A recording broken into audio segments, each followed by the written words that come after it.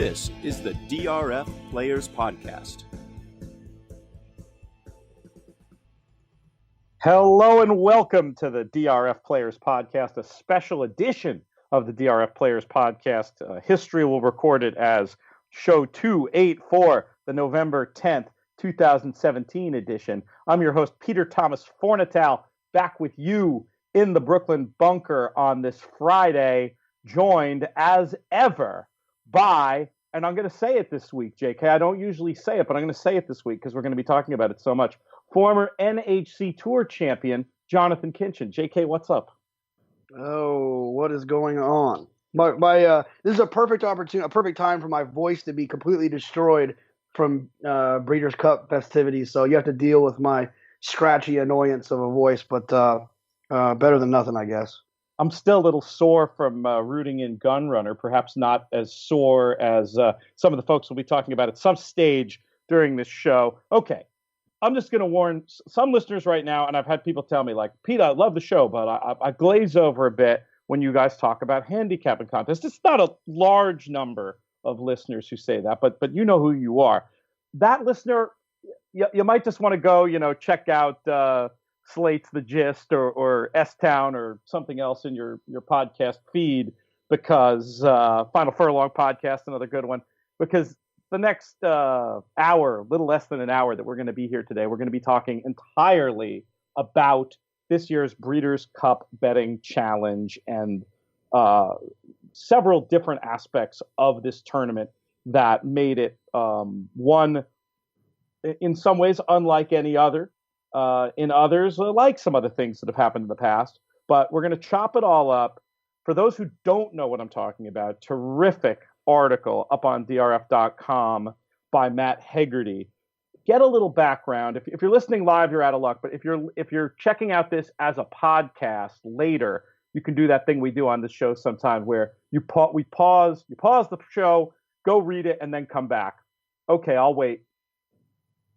See what I mean? Excellent article by Matt Hegarty there, laying out the facts of the case about some of these unusual things that happened at this year's BCBC. At the center of the controversy, we have two things that we really need to highlight. One is that statement from Breeders' Cup that sounds like they're taking this all very seriously and very understandably aren't willing to go deep into the comment phase before they conduct their internal investigation. Another thing at the center of this is a letter written by a group of concerned horse players, I guess you'd call them, and one of the names on that list is Jonathan Kinchin. JK, why is your name on that letter? Well, there's a couple of things I want to say first before I explain that. One is I didn't write it because I can't write that good. So that's the first thing. I did agree with it, but I didn't write it. My skills aren't that good. The second thing is that, and we'll get into the details of this. My purpose, and this might not be the same purpose as some of the other people, so I'm not speaking for them. I'm speaking for myself. My purpose was not to get the people in question disqualified, because I think that they took advantage of some just ambiguous rules. I do think that there was some funny business, but I think that it was very ambiguous. So I'm not even asking for those people really to be disqualified. My point was, here's what happened in our eyes. Here are some things that seem to be clear, and let's try to prevent this from happening again, because in my opinion, it's going to discourage tournament play. And so that's kind of my preamble. The reason I decided to sign it, or to not sign it, but put my name on it, was, and to be honest with you, my initial reaction was, I'm not going to put my name on it. Like, I'm not. Most of the things I'm known for in this game have nothing to do with like being an over complainer or a guy who is always poking holes in the wrong things we're doing in our industry. I try to be positive. And so I didn't want to put myself on something that felt negative, because, and I knew the letter was going to go with or without my name on it. So I felt like there was a part of me that was like, almost said to myself, like, oh, what the heck? Like, I'll just let them kind of fall on the sword. They can send the letter and I don't got to put my name on it. And I can just sit back here and make little commentary points about it and then I don't have to deal with like any of the backlash. But I felt like that was like kind of the cowardly thing to do because ultimately I agreed with what was written and I agreed that it needed to be addressed. And so I didn't want to hide behind kind of their courage to do so. And so I just decided to put my name on it. Now, this is a diverse group of horse players. We have people, I know most of them. I don't know Michael Mulvihill well, but I've met him. Certainly others are people that I've profiled many times or even, heck, shared a hotel room with in the case of somebody like Nick Tamero and Eric Bialik. Charlie Davis, another name on here, Garrett Skiba, Brent Sumja. These are people with like two things strikes me. There's a lot of people who could put champion in something written right after their name. The other thing that struck me is just how different some of these guys are. I mean, these are not people I see agreeing on very much in the contest world. I don't think the names on this letter could agree on a place to go to dinner, let alone some complicated issues. I mean, I know for a fact personally, JK, that Sumja hates your guts. That's obviously true. It's funny is, to be honest, and if we're going to be honest in this entire situation, and maybe not so publicly because I try not to be public about it, but I've disagreed with a lot of things that Garrett Skiba says.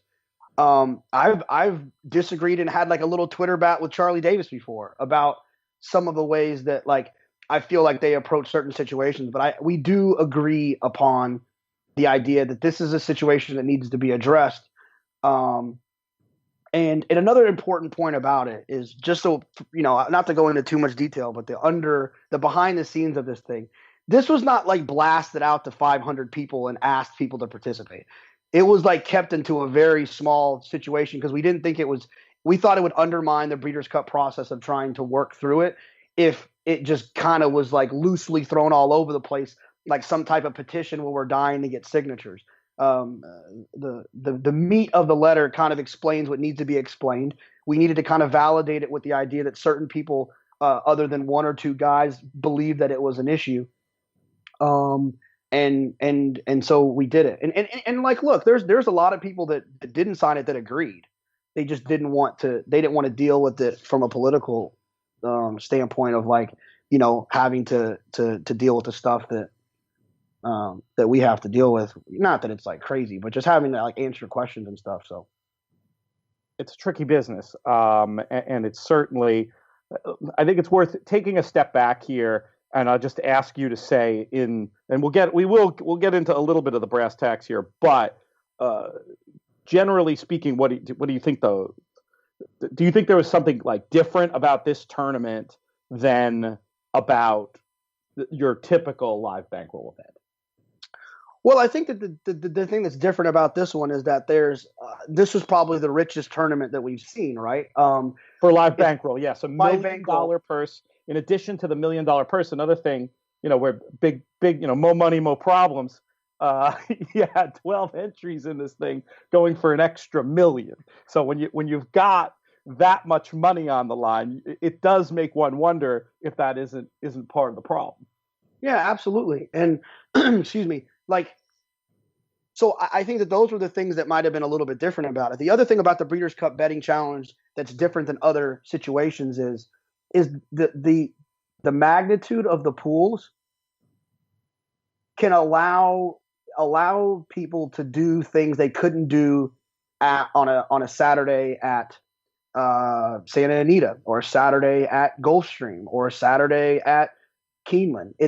It has a different dynamic to it, and so that's kind of the recipe, I think, for what had happened. And I also believe, and we'll get into the more details about it, obviously, that and I don't know because I haven't seen the 2016 rules. I can't find them, but I did see 2015 rules.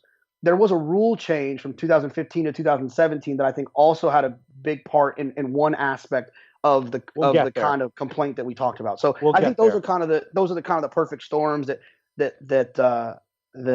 aligned. But I think Biggie and Mace said it best that it's more money, more problems. Here's that group of players: Ray Arsenault, Eric Bialik, Sean Borman, friend of the pod, Charlie Davis, Jack Jenkins, Jonathan Kinchin, Dan Kovaleski, Mike Mulvihill, Garrett Skiba, Brent Sumja, and Nick Tamaro. One of the things that was mentioned, and this is there's so many parts of this conversation I don't want to have, but this is the one I really don't want to have because I'm a lot of people ask me, Pete, we saw the letter, nobody said that Matt did a bad job or anything, quite the contrary, but they said, oh, we figured this was your beat.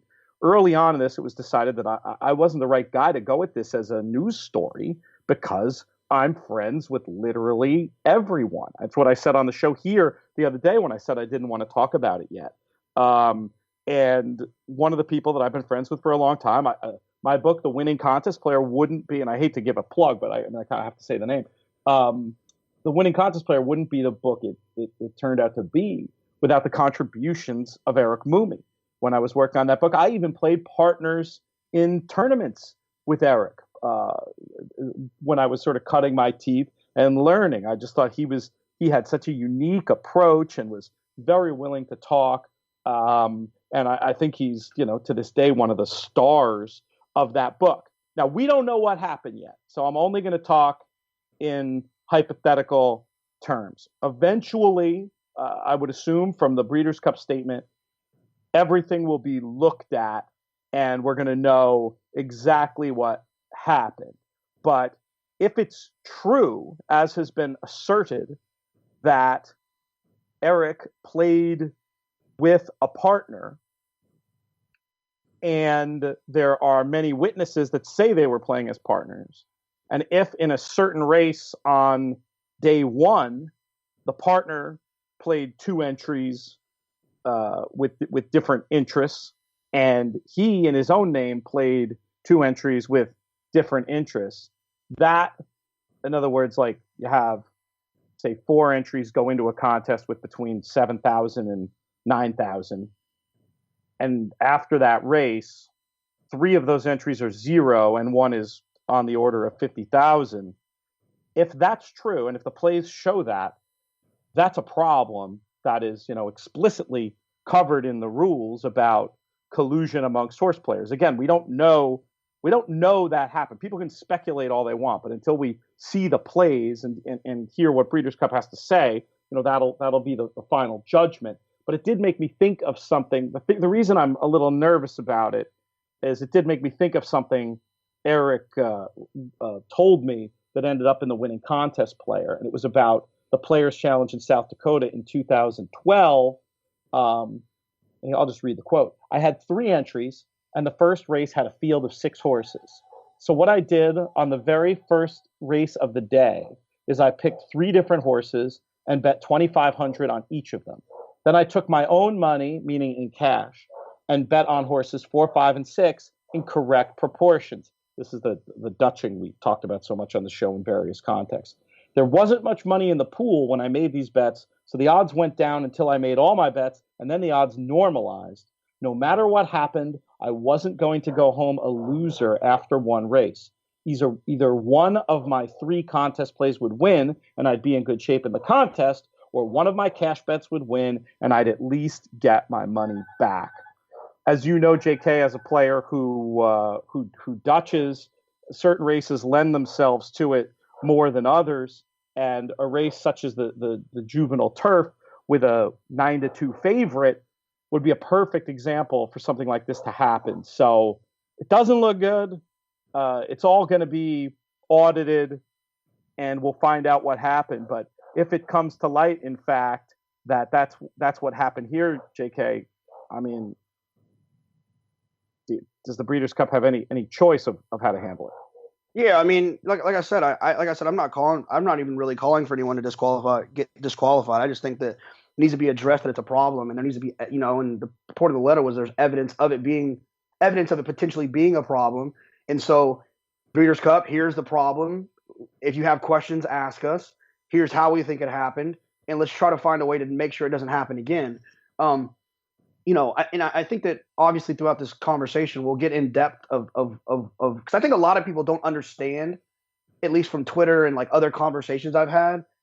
I'm not sure people understand why, if someone has 4 entries, why that is such a significant like advantage into like it being unfair. And so at some point, I don't know what your order of how you want to Let's go. do it. No, let's go there. So, when we had this conversation, Pete, I think that like a very basic way to explain the problem is, and I'm being very facetious and hypothetical here, but bear with me on the sarcasm. Let's make I got a new rule idea for the Breeders' Cup Betting Challenge. The $2,500 entry fee, let's keep that the same, but let's allow players to load their card with as much money as they want. So if you want to play in the Breeders' Cup Betting Challenge with $2,500 entry fee, you can start with $500. You can start with $100,000. What would people think about that? And what most people would say is, well, Jonathan, that's unfair because the guy with $100,000 is got a distinct advantage over the guy that has $500. So that's the extreme of it. The point is that if a player has access and control of 4 entries, which is the equivalent of $30,000, $7,500 bankroll 4 times. If you have access to $30,000 while everyone else has $7,500 and or $15,000, you have an advantage because it only requires you to be right less, take less risks to get to that number that can win these tournaments. For instance,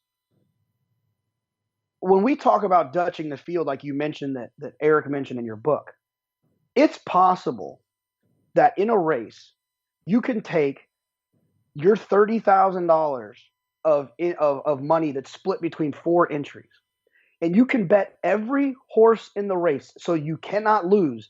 It is 100% strike rate, where you weigh your bets accordingly, excuse me, and you can get essentially $30,000 minus the 16% takeout, and you can transfer all 4 of those entries onto one entry.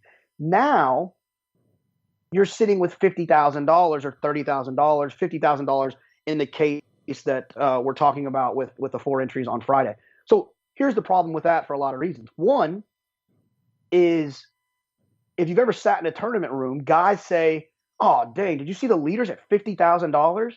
Oh man, I gotta change. I gotta do this. I gotta do that. Get them off the bridle, essentially. The human equivalent.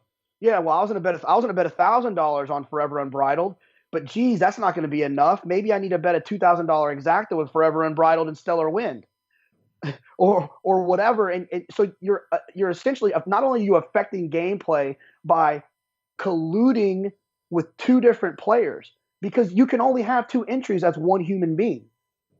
But if you take 2 human beings or 3 human beings, you can have 4 or 6 entries. And when you do that, you can now make a monster ticket that makes it unfair for the other people who are trying to follow the ambiguous rule. You cannot collude with another player.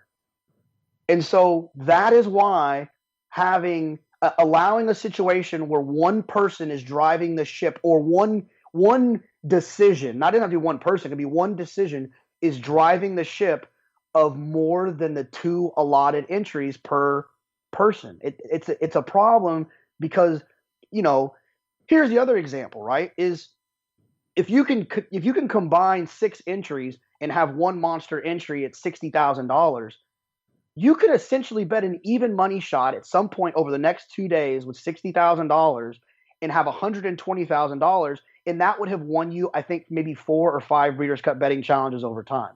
So essentially, no one else has that luxury because they don't have $60,000 to start with without taking significant risks throughout the day to get to $60,000. It's very clearly an unfair advantage, and it's very different than a mythical money tournament like the NHC or the WCH in that regard, where I feel like multiple entries are an advantage, but not an unfair one. But let's put a pin for 1 second, because I just want to go back to something you said. You described the scenario of a perfect Dutch. Collusion between horse players. It doesn't matter if their tickets in the contest didn't reflect a perfect Dutch for 2 reasons. One, there's what they bet and what one might have bet. I'm not saying they did this, but I'm just saying these are things that the presumed auditors would need to be looking for. There's bets that could be made out of the contest. The idea would be to have separate interests across multiple tickets between horse players. That in itself is enough. It doesn't. I agree that race you probably could have come very close to a perfect Dutch, but it's not the burden of proof isn't did they Dutch the field. The burden of proof would be in this situation if two players played tickets that had were basically keyed four different horses. Right, because here's the thing. That's the safe way, the perfect Dutch and losing 17% takeout. You bet every horse. As horse players, you can also take a 10-horse field, an 8-horse field, and narrow it to 4 or 5. Yes, there's still an opportunity to lose, but you could also do it. And this is not even a race that's in question that we're even talking about, but I'm just giving an example. If you did it in the distaff, right, you could take Abel Tasman, Stellar Wind, Forever Unbridled, and who am I missing? Paradise Woods and Elate. You could take those horses, toss the other 3 that likely had no shot, and you could even get to a place where you might not even lose 17%. You could even make maybe 10, 12% on your kind of all-in 4-entry Dutch. So, and like you said, it doesn't have to be every combination covered. That, like you said, Pete, that's not the question. It's not illegal to do that. It should be illegal if it's not illegal, and it is worded ambiguously that it is illegal, to coordinate with some other player in the decisions that you are making. If I say I'm going to bet the 7, you bet the 8, that's collusion. Right.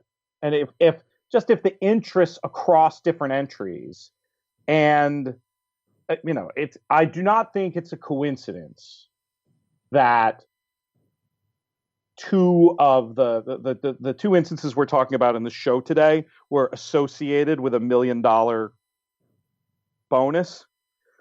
But which Mumi was playing for, not on the entry that went forward, but on one of the ones that went away in that race. If you're playing entries essentially against one another, it's okay to do that with your own 2 entries to try to play them against one another. As far as I know, the rules don't say anything explicitly about it. What gets you in trouble in the rules is this idea once you're playing entries off each other and one is in somebody else's name. Is that your understanding? Yeah, 100%. I mean, it's just there's a distinct advantage there that is gained by having access to more money. And like my initial question starting it is, it's essentially the same as allowing a player to buy in for $50,000 while everyone else gets to buy in for $7,500 or $15,000. Yeah, that sure sounds like the death of contest, the way you describe it right there. And that's what they're. And here's the thing: we'd be better off if we did it that way, rather than looking the other way or allowing people to manipulate it behind this, like not behind the scenes, but kind of under the table. It's because it's kind of. If it turns out that's what's happening, right? Yeah. And then the other thing is like find out. Yeah, I mean, I just think that like the definition of collusion is very simple. It's like you do this, and I'm going to do that. Is collusion. Like, that's just what it is. And let me be very clear. I have no issue with financial partners. Backers. I mean, yeah, backers. I have no problem. And I've only done that once in my entire life, and it was a disaster. But here's what happened. I don't care. I have no problem telling you because I don't think it's a problem. Is I went to a tournament at Del Mar, and I had an entry and a friend had an entry. And we said, hey, at the end of the day, when we're sitting back at the bar, whatever you have or whatever I have, we split it. Just dollar-wise. But our friendship almost ended because I went all in on an even money shot. And you JK? Are you sure? Are you sure that it didn't almost end, but he was annoyed, and we never did it again but my decisions and his decisions were not, but in no means tied together. I have no problem with that. I've got no problem if you have an LLC together and you guys have a financial thing together. That's cool. You're getting ahead. Your LLC is getting ahead of the game. No, in fact, one of the men on the list, Ray Arsenault, when friend of the show Tommy Massis won the BCBC, it was public knowledge that Ray had a little piece of him. They did not play collusively. That's not against the rules. It was like staking. Staking is different because it doesn't unfairly affect the other players. Part of the definition of collusion is you got to, we need Marshall Graham or Maury Wolf or some real economist here. to explain this better than me. But the idea is when you're looking at a marketplace, if you're finding a way to work with someone else to create an advantage, that's a disadvantage for others in the marketplace. Okay. So that's a really important concept anytime you're talking about collusion. Now, let's talk about why it's different in mythical money tournaments, and it gets back to the same idea. I spoke with Chris Larmy about this morning. Thank goodness that Washington State resident is an early riser, and he had a sentence that was very simple, and then he sent me a follow-up email. But I love the sentence he gave me first, and he said, as an individual entry, he'd rather play against one person with 10 entries than against 10 individual entries. He feels like it, he said, then he clarified and said, well, maybe I wouldn't prefer it, but there'd be no difference. The idea is that you can you're at no, as that sort of random single entry player in mythical money, you're no worse off than, it's all about like the total amount of entries, not about the amount of double entries. And Chris has looked at this extensively. And then he followed up with a quote. And this gets back to some of what you were saying. Chris says, in the BCBC, you could have 4 people, quote unquote, collude and all play different horses in the same race and end up with 3 zeroed out bankrolls and one with about 5 times the starting amount. That's a huge advantage. The BCBC format lends itself to being able to basically win a contest in one race. The NHC is very different. 4 people can't possibly collude so that each of their entries that have accumulated 50 points somehow play in a single race and suddenly zero out in 3 and pull 200 in the 4th. It's just not possible. Also, you can't win the NHC with one play in one race. It's very different. And then he added a side note that he feels like the BCBC has outgrown its current format and has to rethink things now, very similar to what was done in the past with the NHC. JK, what do you think of all that? I completely agree. There is a couple, more than one kind of husband-wife situation, and I've heard people complain, oh, that's not fair, they've got 4 entries. But the truth of the matter is like Chris said, it's not the same advantage. It's an advantage earned, by the way, not an advantage bought, because you've kind of got yourself into that situation because you have to qualify in to the NHC. The other part of it is like Chris said, like you can't win the NHC on one race. For instance, for people who aren't like fully involved in these situations, the NHC, having 4 entries in that situation in your household, this is how you would try to play that if you were trying to be like, an advantage guy, is like in the mandatory races, you would take all of the cap horses on all 4 entries. And then if you catch one, then you have an entry that's doing good. But then you have to then make that one be your good one. And then you have to connect. You can't just randomly just keep picking cap horses and they just luckily enough, they fall on the same one and you win the NHC and $800,000 in an Eclipse Award. It just doesn't work that way. It's not the same advantage. However, if you have 4 entries in the Breeders' Cup Betting Challenge, you combine those together, you hit one bet, you can cash a $300,000 check and be playing in the NHC for a $3 million bonus. There's a significant difference in what it means to collude in a live money tournament where the dollar has serious punching power versus a mythical $2 tournament where you can't win it in one situation. You can't win it in one fell swoop. Punching power is a great phrase. I might have to steal that in a future article. Look at you, JK the wordsmith over there. I'm just over here. I'm just trying real hard, Pete. I'm here just trying to make your job easier. I appreciate that. JK, why not? Some people have suggested it would be fair. Oh, it's easy solution. Just let everybody have as many entries as they want in the BCBC. This is the worst idea I've ever heard. I'll let you explain why, or do you want me to dive in? This would be the last year it ever happened. It would be the last year because what would happen is someone that's very smart, like some guys that are very smart, would have 20 entries. They'd combine them together. They'd lose the takeout, and they would finish in the top 3 every time, if not win it every time. And it wouldn't work. You can't do it. You can't do that. And here's the thing. a lot of people in here, and maybe I'm getting ahead of ourselves, but this is an important part. It's time to segue, so you can kick it off if you want. A lot of people keep asking, how do you police it? How do you stop it? Well, how do you? It's been happening. It happens and blah blah blah. How do you stop it? It's a hard thing to prove. It reminded me this morning of when you're driving, and I don't know if they have them elsewhere, but here in Texas, they have a couple of things they do. One, they'll put empty cop cars on the highway, and no one's even in them, but people still slow down. They'll put up those things that say, 35, you're going 35 miles per hour, and people like slow down as if like they're gonna get caught by them. My point is like, yeah, it's gonna be tough, but it's not impossible, and at least we have to attempt to prevent it. It has to be attempted to be prevented, and it's not even attempted. It's not, in my opinion.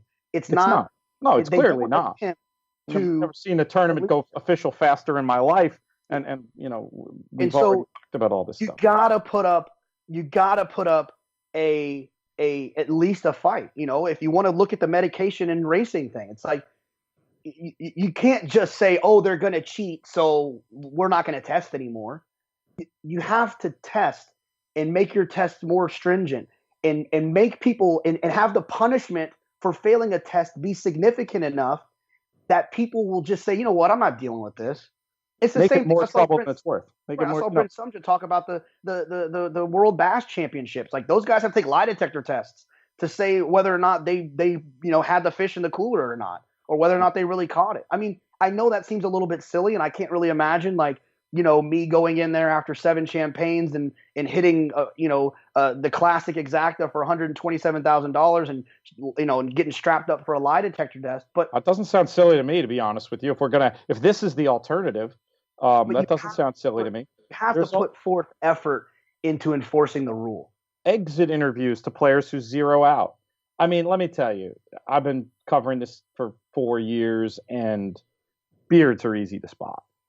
And you could, if you interviewed people who went to zero, you'd get a pretty good idea.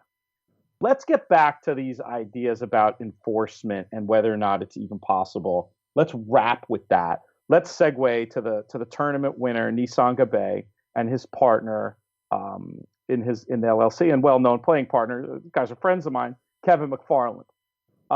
There's a lot that's been said about them and a lot that's been assumed about them, and I don't think it's fair. First of all, there seems to be a lot of focus on the idea that they play as partners.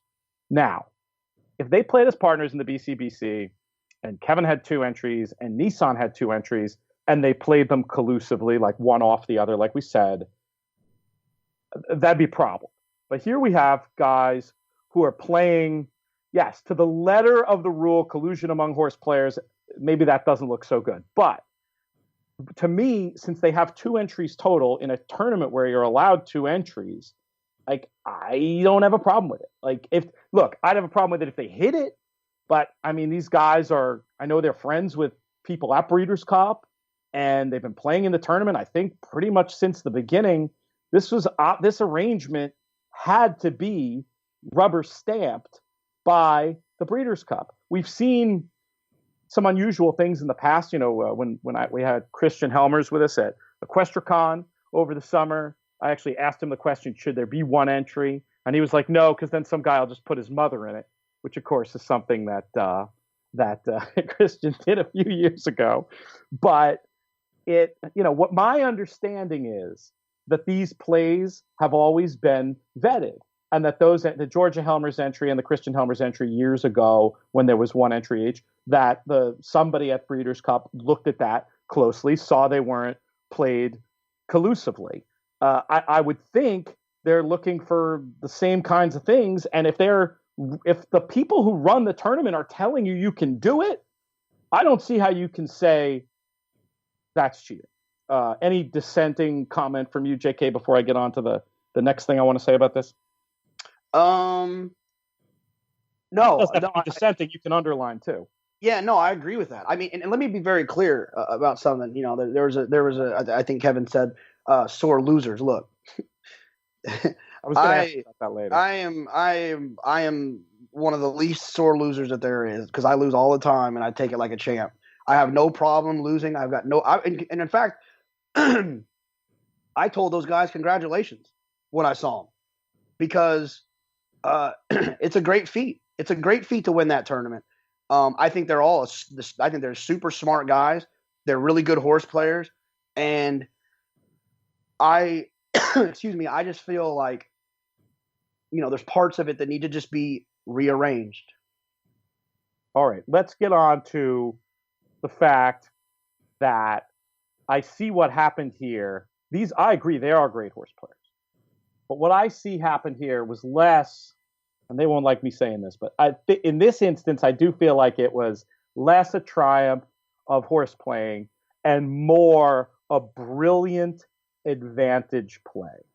And this gets back to a rule that was changed that unfortunately, and I've had a lot of players tell me, it's getting back to the sore loser point, not being sore losers at all, saying, hey, it was on me that I didn't know what this rule was, but I don't like it. I don't like what happened here because it's not fair to 95% of the field, but that's not Nissan's fault. That's if you are involved in helping to get a rule changed, and then that rule is changed in the rules, and you exploit that rule, yes, you're getting an advantage. You're getting it's not even a fair advantage, but it's not cheating. It's in the rules. Let's explain what we're talking about, JK. Do I know it better than you, or do you know it well enough that you want to say what happened between 15 and now? I'll let you do it. Okay. So 2015 backstory. Since the beginning of the BCBC, there have been a group of players, several California players, including Christian, including Nissan, including Kevin, who've, maybe not from the very beginning, but from, say, 2012 or so on, according to Kenny Kirkner, have been lobbying to get minimums reduced or even out of the tournament. They believe that it's not right to force somebody to, if somebody's willing to bet everything, it's not right to force them to bet $600 5 times on Friday and $900 5 times on Saturday. And with that, I'll take a break, JK, and ask you to explain to the audience why these minimums exist. Yeah, I mean, the Breeders' Cup betting challenge was created by Ken Kirkner because it was a way to increase churn and handle for the Breeders' Cup. Let's get a bunch of guys in a room, get them to put up money to play against one another, and then encourage them to wager, and it's going to be on track. So it's that golden dollar of on track, and then we'll create churn. It was the concept was created to create churn. And the typical bankroll, I believe, turns over about 1.7 times. Whereas if you don't have minimums, presumably what a lot of people would do strategically is wait, you could go all in once, and then sure, if you hit, you're going to be able to churn it more, but potentially have, churn your bankroll no more than once. Obviously would hurt churn, would hurt the very purpose of the tournament. Plus, I don't think it makes for an interesting contest. I've spoken to other advantage players who said, in the winning contest player, there's a quote, I think it's even from Maury Wolf, saying the right move in that tournament is, if you can preserve your bankroll to the end, know what you need, go all in. That's not really so interesting. And when you have 2 days of great racing with full fields and 13 Breeders' Cup races, it just seems like the spirit of the tournament is to have people play beginning, middle, and end. 2015, a funny thing happened on the way to American Pharoah's Grand Slam. A horse who Nissan Gabe was planning on hammering in an exacta above FNX. He was out of the tournament at that point because he'd gotten DQ'd. What happened is that back in 2015, on the first day, if you missed a minimum play, you would get a total of 5,000 points deducted off of your final score per race that you missed. A serious penalty. Could you see anybody coming back from that? Maybe, but it would be It was something very punitive. And if you made a mistake on day 2 and missed one of those minimums, you would get absolutely disqualified. Then at that point, our friends in California, and I'm sure among other horse players, lobbied even harder for the rules to be changed. In other words, just saying, hey, look, it was bad luck. It was a mispunched ticket. Should I really lose my chance just because of that?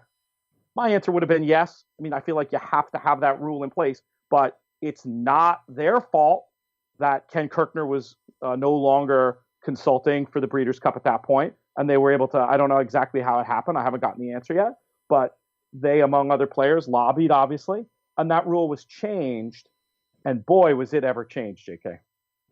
Yeah, now the penalty for missing on Friday is 1,000 points per race, and the penalty for missing Saturday is 2,000 per race. And here's two important points. Good.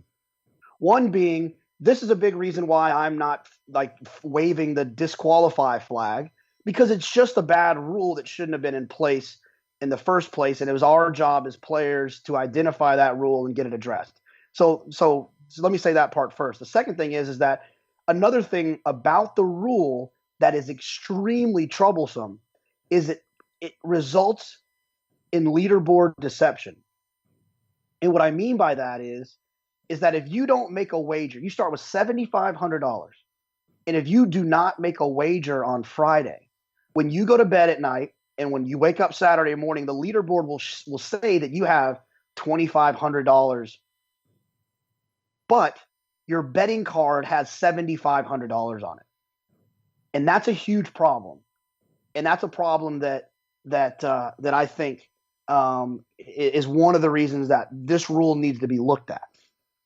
It's a double problem too, because not only does it, hiding money on leaderboards is not a good thing. Granted, introducing doubles does it a little bit anyway. Another thing to talk about, maybe way down the line. But to have different scores. But what it also did is having the score on the leaderboard be 2,500 gave the impression to like some really sharp players, I'll even call them advantage players, to assume that meant you couldn't bet the money, and made them not fully comprehend the rule. The rule as written is so irrational that unless, I mean, I hate to say it, but it's almost true, unless you were one of the people responsible for getting it changed, it's so illogical to the average contest player that you've taken this thing that used to be a penalty and made it a benefit, essentially, that you didn't have to bet until, in Nissan's case, I think he bet $300 before the Breeders' Cup turf. Meanwhile, you've got, players as sharp as Paul Sherman, for example, to name one, and I'm sure we could. I mean, it's going to be something on the order of 90% of the field, who were trying to get their minimums out of the way, like they thought they had to do, because they didn't fully understand the rule.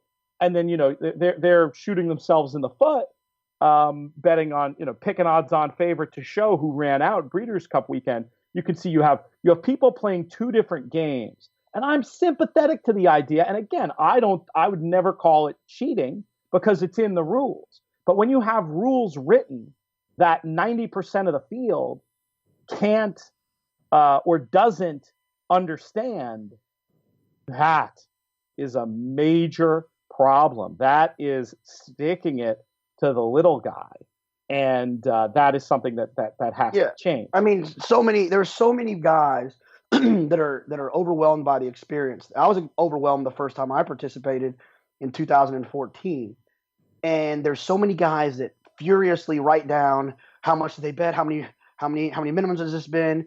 I mean, think about all the people think about the guy that bet $500 to show on More Spirit, just trying to get him out of the way, and got beat. The guy that bet $500 or $900 a show on Dre Fong and got beat. $900 a show on Lady Eli and got beat. I get it. And kudos to those guys for being smart enough to figure that out. My point of signing the letter or being a part of the letter is that it's not right moving forward. It's not fair moving forward, and it needs to be addressed. It defeats the purpose of the game, and it defeats the spirit of the game. And that's my whole situation with the whole thing. There was that situation with the rule. There was that situation with the potential players colluding, and that you know, and so it needs to be addressed. To me, what colluding would be, JK, is if you had a group of people playing together exploiting that rule. And I'm sure the presumable auditors already know this, but I'll say it out loud because I'd be shocked speechless if it turned up anything. But it's the kind of thing you have to look at to make sure collusion isn't going on. You look at everybody, because there's not that many of them at all, who took the penalty, who took serious penalties on day one. And you look at those plays and you see what those people played. If you go through there and you see that there were a couple of players who didn't do anything until the Breeders' Cup Classic, and then they made bets in the Breeders' Cup Classic to clearly hedge off a bet that somebody who finished high up in the prize pool made, a la the situation we were describing before, then we have a scandal to resemble the contest world's answer to Chris Harn and the Fix Six scandal. If you can go through the numbers and it tells that tale where there's different horses being bet, or probably with as high as the scores at that point, where it would be like different exacta combinations, different cold tries. But it wouldn't be very hard for somebody with a knowledge of horse racing, an advantage play, sort of a white hat hacker type, to go and look at that info and see what those people who took advantage of the new rule did on day two, especially in the Classic. If there's something there, there's something there. But I don't think that's going to be the case. But it's got to be. That's the kind of thing that has to be looked at, and that's the kind of thing that again, in the unlikely event, if true, would get me fired up a lot more than advantage players making an advantage play. Right, and then if I'm being honest, another issue when it comes to, we've talked about the Friday potential of collusion. We've talked about the Saturday kind of rule change advantage play situation. There's also been mention, obviously, of like a Saturday collusion situation with someone who finished very high on the leaderboard. I think that it doesn't help when you bang on your chest and use the word "we." It makes it very confusing for people who are trying to understand what just happened. Again, though, I think it's something that the people who run the tournament need to make it clear what's allowed and what's not allowed. You know what I mean? I don't blame the guys for that. This is how they've been doing it. And again, no, I don't blame them. I'm just saying, don't look. And I told otherwise kids they're like hiding it. You know what I mean? No, like this is going to be one of the craziest things that anyone I've probably ever said about. I'm just going to be very honest. I used to coach when I coached high school football, and I had kids who would tell me, "Oh, coach, you don't like me because I'm whatever." I would say, "Well, dude, you if you carry yourself in a crazy way, you cannot get mad at people for looking at you and assuming something. It's not fair and it's not right. And I wish we lived in a country that was different than that. But you can't act a certain way and then get mad when people assume something by the way you're acting that, in my opinion, is a little bit over the top. It's just not. You can't do that. It's the same thing. I said the same thing about when we told the story about how I had that unfortunate situation at Del Mar where the guy asked me, was I supposed to be there? Essentially. Yes. That's funny. I was going to bring that up.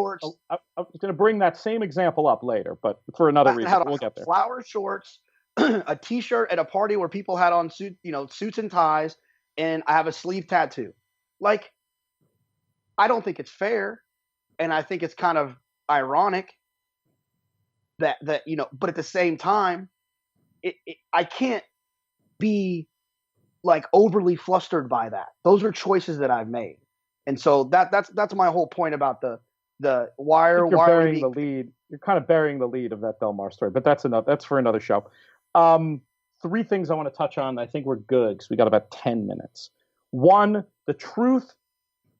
I don't think I've done enough good job praising the Breeders' Cup reaction this week and how seriously this is being taken for something that things in racing can take so much time and things could be dismissed.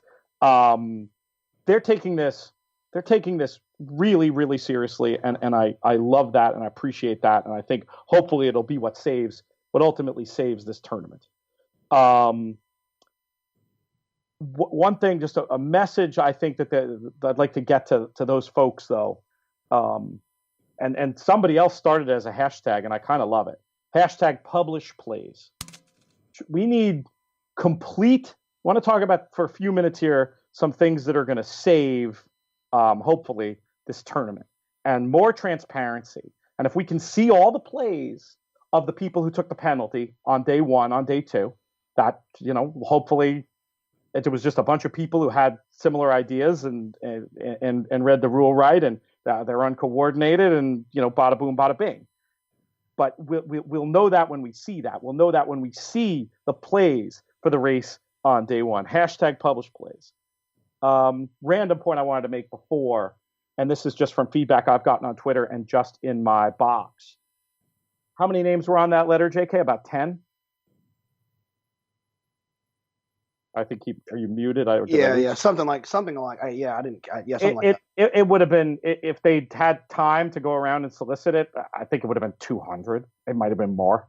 Like, this is something that every player is upset about, and I think it was brave of you specifically and everybody involved to go ahead and do it, because you really put your neck out in a way. Again, not everybody's going to agree with everything in there. That's not the point. The point is something's happening here. What it is not exactly clear, but we need to by putting yourself out there, I believe you've represented the voice of the contest player. And then when it comes to these rules being enforced, I want to go back there for a minute. Do you know who Kennesaw Mountain Landis is, JK? I do not. I couldn't even spell that if you gave me 17 tries. Kennesaw Mountain, he's a controversial figure, and I want to start off with that because many blame him. He was a commissioner of baseball, and many do blame him for supposedly delaying the integration of the major leagues. So when I mention him in a context, we're going to be saying positive things about him. I want to say the research I've done, it's a little inconclusive. It's bad enough that I want to just make sure I'm on the record as saying when I talk in a positive way about Kennesaw Mountain Landis, it's X the potential racism. Okay, we just want to throw that out there. But what Kennesaw Mountain Landis did, indubitably in history, is save the sport of Major League Baseball from extinction after the Black Sox scandal. 1919 World Series was like the greatest joke of all time. The White Sox were in conspiracy to throw the games.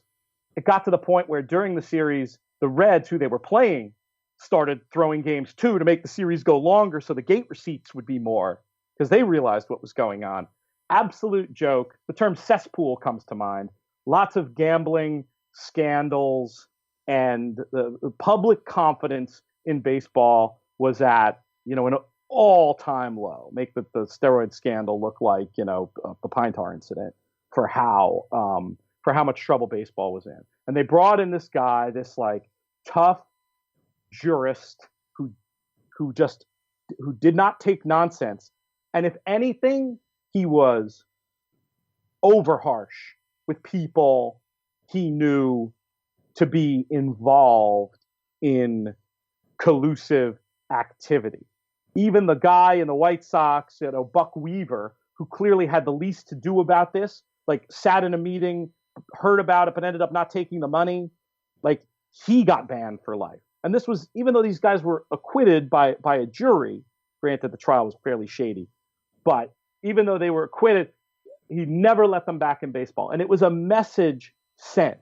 And down the line, as the 20s went on, there were instances and quotes from players even about, being approached about doing shady business and going so far as to whistleblow. I almost said rat out, but in this context, I'm going to go whistleblow because they didn't want to be the next Buck Weaver. Live bankroll tournaments, if they're going to survive, they need a Kennesaw Mountain Landis like approach. Now, I don't know if that's a lie detector. I don't know if that's completely published plays. I don't know if that's rule changes and exit interviews and retroactive disqualifications, an anonymous hotline, a website where you can make anonymous comments to look for things. The thing about live bankroll tournaments, unlike mythical tournaments, in live bankroll tournaments, this stuff leaves footprints. Most of the time, collusive play is going to leave footprints. We live in an age on Wall Street where there are algorithms that can predict shady trades out of billions. You don't think we could find somebody to design an algorithm to spot irregularities in a tournament of 400 people where we can interview them and everything is published? You got to be crazy. You got to be kidding me. We couldn't do that in conjunction with some of those other measures. I wasn't planning on being a free consultant for the Breeders' Cup, by the way, on the show. I meant to hold all that back, but you got me all fired up, JK. Yeah, no, I mean, I just think like as we get close to wrapping this thing up, it's important for me to get the point across that like, because the part about all this that's like bugging me is like, well, it's just very negative, and I don't like that part. I don't like being negative. However, it's the truth of the matter is that although some people that are involved in wagering in tournaments and they might not fully understand like the whole ins and outs of the strategies and all of that stuff, if it's very important, if more than two people are colluding together, whether it's a team or not, it's an advantage. Like I've seen like a couple people tweet like, well, they still had to be right. Oh, I hate that argument. I'm so glad you brought that up. Well, yeah. They still had to be right. But Joe Smith, who's playing in his first tournament and starting with $7,500 in following the spirit of the game, he's got to be right 6-7 times, or specifically right in a wager that pays really well. A $200 exacta where he bet $1,000.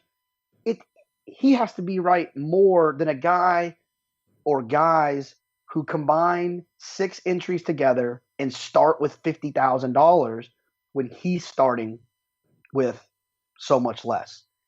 That's the problem. It's not about they still had to hit the race. Yeah, it's a concept of an unfair advantage versus a fair advantage, and I also think that some people have engaged in you know what whataboutism is? No, what's that? It's like somebody accuses somebody of something. They say, well, what about this? What about these other players? What about this husband and wife? What about? No. Like that's not the right way. That's not the right way to go about it. I mean, hey, I have no problem with making sure auditors look at other potentially shady situations. I think that's all right. But if everybody's doing it, is a pretty weak sauce defense, and it's not true. 100%. One quick thought from you. We got a minute. One quick thought from you about anything further about how rules might be able to be enforced. No, I mean, I think that there definitely needs to be, I think that it'd be great if you have to bet all 13 Breeders' Cup races. That's interesting. You think that would cause less potential for messing about?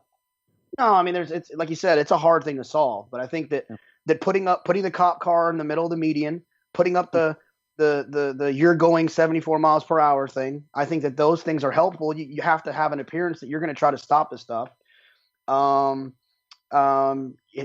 a kind of an auditing committee of guys that from across the country that work in simulcast situations that understand wagering and wagering patterns and can kind of hone it in. And then doing some things like Chris said, kind of tweaking the format a little bit, making it harder for players to do things like this. And yeah, you're right. We got to wrap, right. JK. But we got to try to get it.